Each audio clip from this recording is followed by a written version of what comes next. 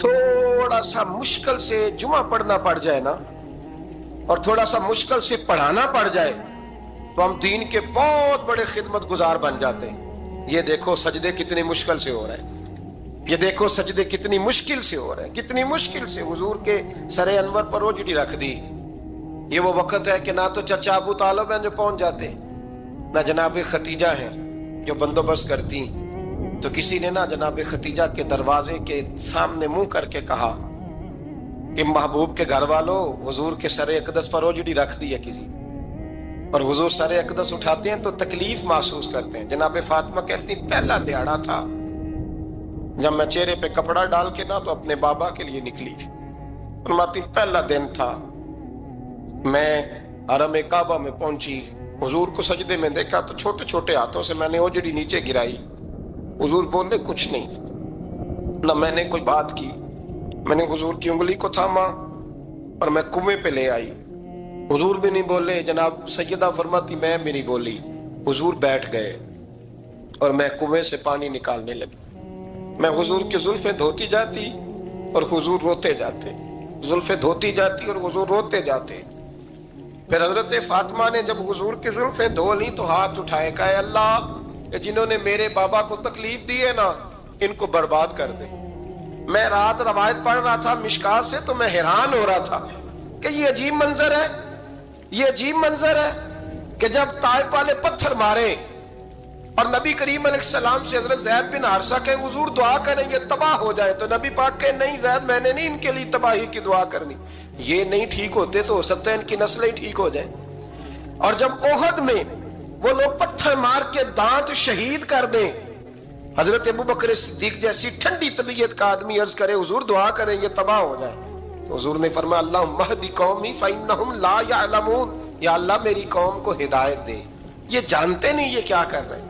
حضور نے کبھی بھی کسی کے لیے دعائے ضرر نہ فرمائی. لیکن آج یہ عجیب منظر ہے، شاید یہ واحد وہ وقت ہے کہ جناب فاطمہ الزہرا نے جب کہا نا کہ اے اللہ انہیں برباد کر دے جنہوں نے آج میرے والد کو تکلیف دی ہے، حضرت فاطمہ کی دعا سن کے تو حضور نے بھی ہاتھ اٹھائے، کہا اے اللہ جیسے میری بیٹی کہتی ہے نا ویسے ہی کر دے، اللہ کر دے انہیں برباد. فاطمہ جیسے کہتی ہے ویسے، اللہ کرے آپ کو سمجھ آئے میری بات کہ وہاں جہاں شدید تکلیف دی گئی وہاں حضور نے کسی کے لیے ایسی دعا، اور یہاں فرمایا اللہ جیسے فاطمہ کہتی ہے ویسے. اللہ اکبر. حضرت عبداللہ ابن مسعود کہتے ہیں کہ وہ دعا بھی میں نے سنی اور پھر میں نے ان سب لوگوں کو جن کے لیے جناب سیدہ نے دعا کی تھی ان سب کو پھر میں نے بدر میں کٹتے ہوئے بھی دیکھا، میں نے ان کی لاشوں پر گھوڑے چلتے ہوئے بھی دیکھے، پھر میں نے دیکھا کہ صحابہ انہیں گھسیٹ کر کنووں میں ڈال رہے تھے. میں غور سے دیکھ رہا تھا اور ان کے چہرے پہچان رہا تھا. تو مجھ سے کسی نے کہا عبداللہ تم کیا غور کر رہے ہو؟ تو میں نے کہا میں غور کر رہا ہوں یہ وہی ہیں سارے جن کے لیے سیدہ فاطمہ نے دعا کی تھی کہ یہ برباد ہو جائے، یہ وہی ہیں میرے رسول کریم علیہ السلام کی ہر تکلیف کو جناب فاطمہ نے اپنی تکلیف سمجھا. ہر تکلیف کو جب انسان کے دائیں بائیں کچھ لوگ ہوتے ہیں نا اس کے دکھ بھی سمجھنے والے، سکھ سمجھنے والے لوگوں کی تعداد لمبی چوڑی ہوتی ہے. ہمارے زمانے میں ہمارے ہر آدمی کے ساتھ ذاتی مطالبات ہیں، ذاتی. تو جب تک وہ میرا مطالبہ پورا کرتا رہتا ہے میرا اس سے پیار رہتا ہے، اور جب وہ میری خواہشات پوری کرنی چھوڑ دیتا ہے پھر میرا اس سے کوئی رشتہ نہیں رہتا. میرے عزیز حضرت فاطمہ الزہرا کا کمال یہ ہے کہ انہوں نے میرے محبوب کا دکھوں میں ساتھ دیا. حضور کی تکلیف پر وہ تکلیف میں آتی، پریشان ہوتی. یہاں سے بات چلی 4-5 سال عمر مبارک تھی. حضرت فاطمہ کی کل عمر 29 سال ہوئی ہے. حضور کی عادت مبارکہ تھی جب سفر پہ تشریف لے جاتے تھے تو سب سے آخر میں سیدہ فاطمہ کے گھر جاتے، واپس آتے تو سب سے پہلے سیدہ فاطمہ کے گھر جاتے. مولا علی کہتے ہیں ایک دن میں نے عجیب نظارہ دیکھا. نبی کریم علیہ السلام سفر سے واپس آنے والے تھے. میں نے حضرت فاطمہ کو اطلاع دی کہ حضور آج پہنچ جائیں گے، تو انہوں نے گھر سارا صاف کیا، سجایا، سنوارا، کھانا پکایا. لیکن فرماتی ہیں جیسے ہی حضور اندر داخل ہوئے نا گھر کے، جناب فاطمہ نے حضور کا چہرہ دیکھا تو ہاتھ پکڑ کے چومنے لگی. اور کہتے ہیں جب انہوں نے سر اٹھایا تو ان کا چہرہ سارا آنسوؤں سے بھرا ہوا تھا. رسول کریم نے بیٹی کے سر پہ ہاتھ رکھا، بٹھا لیا. فرمایا فاطمہ بیٹے رونے والی تو بات کوئی نہیں تھی، کیوں رو پڑی ہو؟ تو عرض کرنے لگی محبوبہ میں بچپن سے دیکھ رہی ہوں محنت کرتے، جدوجہد کرتے، مشقت کرتے، یا رسول اللہ آج آپ آئے ہیں تو آپ کے چہرے پر تھکاوٹ کے آثار ہیں، حضور وجود تھکا ہوا ہے۔ یا رسول اللہ میں نے ساری زندگی آپ کو کام کرتے دیکھا ہے، مدینے والے حبیب مجھے بتا تو صحیح کام کب تک کرنا ہے؟ کو وقت آئے گا جب آپ کی کمر بھی بستر سے لگے، کو ٹائم آئے گا آپ گھر میں بیٹھیں من پسند غذائیں کھائیں، حضور کب تک یہ جدوجہد کرنی ہے، کب تک یہ کام ہوگا؟ جناب فاطمہ فرماتی حضور نے میرے آنسو پونچھے۔ مولا کائنات شیر خدا فرماتے ہیں نبی کریم علیہ السلام فرمانے لگے فاطمہ تیرے باپ کی ڈیوٹیاں بڑی زیادہ ہیں، جب تک دنیا کے آخری کونے تک دین نہیں پہنچ جاتا اور جب تک اینٹیں اور پتھر بھی میرے دین کا پیغام سن نہیں لیتے اتنی دیر تک تیرا باپ جدوجہد کرتا ہی رہے گا۔ یہ بڑا مشکل کام ہے، یہ دین کا سفر، یہ دین کی جدوجہد، یہ دین کی تھکاوٹ آپ اپنی مرضی نہیں کر پاتے۔ لوگ اپنی مرضی کے ساتھ جی نہیں پاتے جو اس رستے کے مسافر ہوتے ہیں، وہ دین کی پراپرٹی ہوتے ہیں، انہیں دین کے مطابق چلنا پڑتا ہے۔ تو جناب فاطمہ نے وہ سارے رنگ دیکھے رسول کریم علیہ السلام کی حیات مبارکہ کے، پھر یہ ساری کیفیت جب دیکھی نا کہ حضور اتنی محنت کرتے ہیں تو پھر جناب فاطمہ کو میرے نبی کی امت سے پیار بڑا ہو گیا صلی اللہ ہو۔ سمجھیے گا اس بات کو، امت مسلمہ سے حضرت فاطمہ کو بڑا۔ امام حسن کہتے ہیں میری اماں سارے کام کرتی تھی گھر کے، اب تو شہزادے ہیں نا ہمارے بچے، کام اور بچی، یعنی بچی میکے سے واپس آتی ہے تو سب سے بڑا دکھڑا یہ سناتی ہے کہ وہ کام بڑا کراتے ہیں، یہی ہے نا دکھڑا؟ ہاں نہ تو کریں، سب سے بڑا دکھڑا کیا ہے؟ پتہ نہیں کیا کراتے ہوں گے، ہال نہیں چلوا لیتے کہیں، یا کچھ چکی نہیں پسوا لیتے، پتہ نہیں کون سا ایسا کام ہے۔ اور آپ ناراض نہ ہو جانا، میں بھی بیٹی کا باپ ہوں، میں بھی بہنوں کا بھائی ہوں، میں بھی اس بات کو سمجھتا ہوں، لیکن ایک بات ذہن میں رکھنا، یہ بات نہیں ہے کوئی کرنے والی کہ سارے بچی کے ماں باپ جمع ہو کے پہنچ جاتے ہیں ہماری بچی جی کام بڑے کرتی ہے۔ مثلاً کیا کرتی ہے؟ کیا کرتی ہے وہ؟ آؤ میں بتاؤں میرے مصطفیٰ کی بیٹی کیا کرتی ہے۔ میں نے سینکڑوں دفعہ یہ بات کی ہے اور میرا دل کرتا ہے روزانہ کروں، پھر کرتا ہوں۔ دنیا میں کوئی اتنا غریب ہے جس کی بیٹی اتنا کام کرے کہ ہاتھوں پہ چھالے پڑ جائیں؟ ہے کوئی اتنا غریب تو اٹھ کے بتائے کہ میری بیٹی سسرال میں اتنا کام کرتی ہے کہ چھالے پڑ جاتے ہیں؟ میں دکھاتا ہوں، میرے رسول کی شہزادی کو چھالے پڑ جاتے۔ کچا مکان، جناب فاطمہ جناب فضا آپ کی لونڈی تھی، ان سے مٹی منگاتی اور گھر میں لیپا پوتی کرتی، پھر جھاڑو دیتی۔ امام حسن اور حسین کے درمیان پورے سال کا فرق نہیں، 11 مہینے کا فرق، دونوں بچوں کو سنبھالتی۔ جناب علی کی والدہ حضرت فاطمہ بنت اسد بوڑھی تھی، جناب فاطمہ وہ کھول کے نوکری کرتی کہ حضرت فاطمہ بول پڑتی، حضرت فاطمہ بنت اسد بول پڑتی، کہتی بیٹے فاطمہ میرا اتنا نہ خیال رکھا کر، تیرے اپنے بھی بچے ہیں۔ جناب فاطمہ فرماتی آپ صرف علی کی ماں تو نہیں نا، آپ میری بھی تو ماں ہے نا۔ یہاں بیبیاں فلسفہ بیان کرتی ہیں، وہ کہتی ہیں جی کس حدیث میں آیا ہے ساس سسر کی خدمت فرض ہے؟ میں نے کہا کسی میں بھی نہیں آیا۔ ہم کیا کہہ رہے ہیں؟ کسی میں بھی نہیں آیا، لیکن یہ تو آیا ہے نا کہ شوہر راضی ہو تو اللہ راضی رہتا ہے۔ تو اگر شوہر ماں باپ کی خدمت سے راضی ہوتا ہے تو کرو خدمت، اس کو تو راضی کرنا ہے نا، اس پر تو توجہ دو۔ حضرت فاطمہ پھر چکی پیستی، چکی چکی، یہ آسان جملہ نہیں کہہ جاتے ہیں ہم، سن لیتے ہیں آپ۔ چکی پیس کر، جو پیس کر اس کا آٹا بنانا، پھر بچوں کے لیے کھانا پکانا۔ پھر ایک دن کہنے لگے علی آپ کی آمدن تھوڑی ہے، خرچے زیادہ، چرخہ نہیں لا دیتے؟ فاطمہ کیا کرو گی؟ فرمایا تھوڑا سا سود بنا لیا کروں گی، تم بیچ آیا کرنا۔ چلو میں تھوڑا ہاتھ بٹاؤں گی۔ یہ ساری ڈیوٹیاں کر کے حضرت حسن فرماتے ہیں پھر عزت والے رسول کی عزت والی بیٹی، پھر شانوں والے نبی کی شانوں والی بیٹی، پھر پاک محبوب کی پاک شہزادی، ساری ڈیوٹیاں کر کے رات کو مولا علی سے کہتی اگر آپ اجازت دیں تو اللہ کو راضی نہ کر لوں؟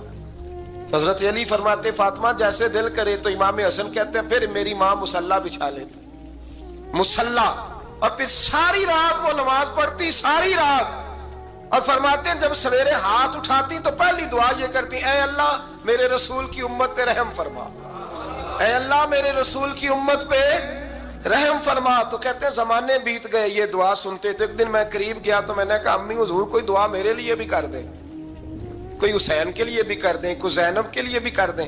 ساری دعائیں امت مصطفیٰ امت مصطفیٰ امت مصطفیٰ. کتنا بڑا جملہ ہے, کتنا بڑا. شیخ محقق نے لکھا ہے کتنا بڑا. جناب فاطمہ فرمانے لگی تیرے لیے بھی کرتی ہوں, حسین کے لیے بھی کرتی ہوں, زینب کے لیے بھی کرتی ہوں, سب کے لیے کرتی ہوں. پر بیٹا یاد رکھنا فاطمہ کی دعاؤں پر پہلا حق میرے رسول کی امت کا ہے. فاطمہ کی اصل میں بات بہت خوشی کی سنا دی میں نے آپ, لیکن آپ وہیں سست کے سست رہ گئے. یہ کسی عام آدمی کی دعا نہیں, پیر صاحب کی, درویش صاحب کی رٹی رٹائی دعا نہیں, یہ سیدہ فاطمہ کی دعا ہے. آپ کو اتنا بڑا خزانہ مل رہا ہے اور آپ سمجھے ہی نہیں بات کو. حضرت فاطمہ فرمانے لگی میری دعاؤں پر سب سے زیادہ حق میرے رسول کی امت کا ہے, تو میں یہ حق ہمیشہ ادا کرتی رہوں گی, میں انہیں دعائیں ہمیشہ دیتی رہوں گی. حضرت فاطمہ بڑا پیار کرتی ہیں. امام حسن کہتے ہیں کہ ایک پورا دن گزر گیا, کھانے کو کچھ نہ ملا. اگلی شام آ گئی تو چند روٹیاں کھانے میں ملیں. جوں لائے حضرت علی, جناب فاطمہ نے پیس کے روٹی پکائی. فرماتی ہیں سب کو کھانا کھلا دیا تو اپنی روٹی آپ نے رکھ لی. جب آپ کھانا کھانے لگی, کھانے پر ہاتھ ہی رکھا تھا کہ دروازے پر کسی نے صدا دی. تو کہتے ہیں بولنے والے کے لفظ بڑے عجیب تھے. جس نے صدا دی نا اس کے لفظ بڑے عجیب تھے. کہنے لگے اور رسول اللہ کی بیٹی, میں 2 دن سے فاقے میں, تو مجھے پتا ہے اس گھر سے روٹی ضرور ملے گی. جناب فاطمہ نے نہ کھانا اٹھایا. امام حسن کو کہنے لگی بیٹے دے آ. جناب حسن کہتے ہیں مجھے بڑی تکلیف ہوئی. ہم سب کھانا کھا چکے تھے, مولا علی بھی کھا چکے تھے, صرف میری اماں نے نہیں کھایا تھا. ماں اور بیٹے کا پیار, اور پھر حسن حسین اور سیدہ کا پیار. فرماتے میں نے کہا اماں جی آدھی دے دیتے ہیں, آدھی آپ کھا لیں, پورا دن گزر گیا آپ فاقے سے ہیں.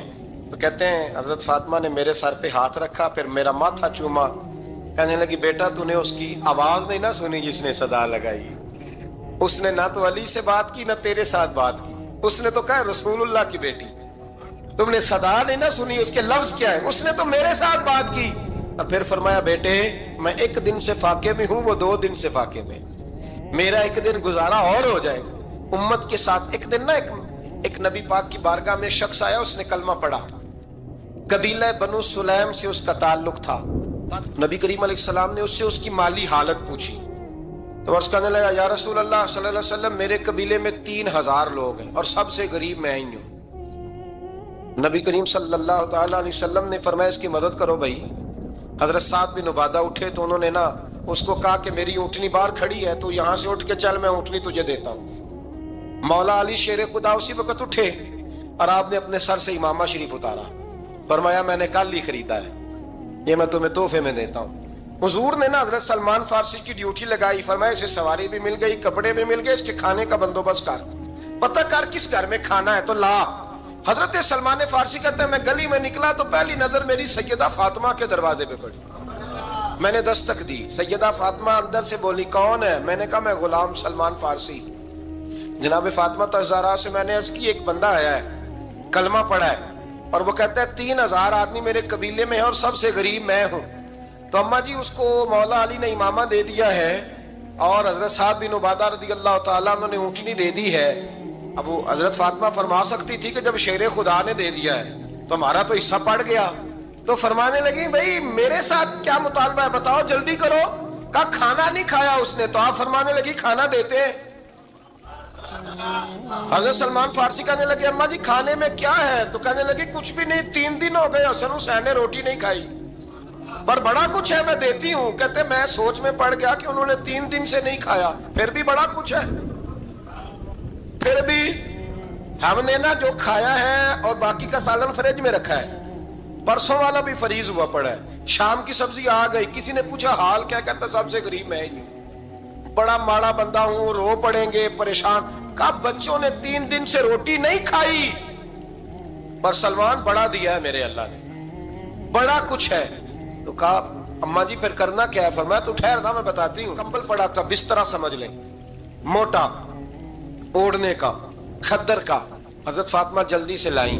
فرمانے لگے یہ پکڑو اور دیر نہ کرنا, یہ ہماری گلی کے کونے پہ نا 2-4 گھر چھوڑ کے تو ایک یہودی ہے، اس کا نام شمعون ہے، وہ اس طرح کی چیزیں گروی رکھ کے یا خرید کے نا تو پیسے بھی دے دیتا ہے، جوں بھی دے دیتا ہے، گندم بھی دے دیتا ہے، سرکہ اور کھجوریں بھی، اسے دے آ اور وہ جو سامان دینا وہ میرے پاس لا اور لا کے مجھے دے تاکہ میں جلدی سے اس آدمی کے لیے بندوبست کروں۔ پتہ نہیں بیچارہ کتنے دنوں کا بھوکا ہے، پتہ نہیں بیچارہ کتنے، اپنے بچوں نے 3 دن سے روٹی نہیں کھائی، لا نہ ذرا۔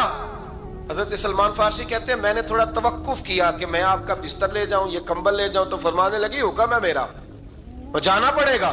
جناب سلمان فارسی کہتے ہیں میں شمعون یہودی کے پاس گیا، میں نے کہا یہ کمبل لو، چاہے تو نگد پیسے دے دو، سامان خرید لیتے ہیں، اور چاہے تو اناج، جوں، سرکہ، کھجوریں جو تمہارے پاس ہے دے دو۔ وہ کہنے لگا یہ کس کا ہے؟ بڑا شاندار ہے، بڑا خوشبو والا ہے۔ تو کہا یہ مولا علی کے گھر سے آیا ہے، پاک بی بی نے دیا ہے کہ اس کو گروی رکھ لو اور مہمان کے لیے کچھ دے دو۔ کہا مہمان کون سا؟ کہنے لگے حضور کے پاس آ کے ایک شخص نے کلمہ پڑھا ہے اور وہ مسلمان ہوا ہے اور وہ غریب ہے، اس کو روٹی دینی ہے۔ تو وہ شمعون یہودی کہنے لگا میں بھی تورات پڑھا کرتا تھا، تو آج ہی سویرے میں نے پڑھا ہے، آج ہی سویرے پڑھا ہے، ابھی پڑھا ہے۔ میں بڑی دیر سے حضور آئے تھے پر میری آنکھوں پہ پردہ ہی رہ گیا، مقدر سکندر کا دیکھو کہ پیاسے چلے جا رہے ہیں کنارے کنارے، میں پیاسا ہی مرنے لگا تھا، آج ہی میں نے پڑھا ہے کہ جو آخری امت آئے گی نا، اس امت میں جو رسول اللہ صلی اللہ علیہ وسلم کے قریبی ہوں گے، ان کا کمال یہ ہوگا کہ وہ اپنا پیٹ پر پتھر باندھ کے دوسروں کی مدد کیا کریں گے۔ یہ میں نے آج ہی پڑھا ہے اور ابھی تو نے مجھے اس کا نظارہ کرا دیا ہے۔ کہنے لگا یہ چادر بھی لے جا، جوں بھی لے جا، سرکہ بھی لے جا، آٹا بھی لے جا، کھانا بھی لے جا، اور اس طرح کر کے میرے پاس سے نگد بھی لے جا، اور جناب فاطمہ سے کہنا یہ سارا کچھ رکھ لے، اور انہیں کہنا کہ مجھے پتا ہے آپ قبول نہیں کرے گی پر قبول کر لے، وہ آپ کا کمبل آیا ہے تو میرا دل نرم ہو گیا ہے، میں یہ قربانی بھی دیتا ہوں اور آپ کے باپ کا کلمہ پڑھ کے مسلمان بھی ہوتا ہوں۔ حضرت فضا کہتی ہیں، حضرت فضا بہت وہاں سے، اور جناب فاطمہ بڑی شفقت کرتی تھی ان کے ساتھ۔ جناب فضا کہتی ہیں ہمارے ساتھ ہی نا 2-4 گھر چھوڑ کے ایک یہودی مسلمان ہوا تو اس کے رشتہ داروں نے رشتے توڑ دیے، ناطے توڑ دیے، سارا خاندان مسلمان ہو گیا، لوگوں نے ملنا گلنا چھوڑ دیا۔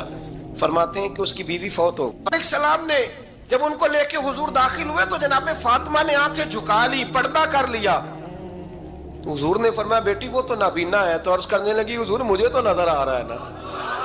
یعنی حضور نے جو ازواج کو کہا وہ بات کی، جناب فاطمہ کا جو انداز ہے وہ نرالا ہے۔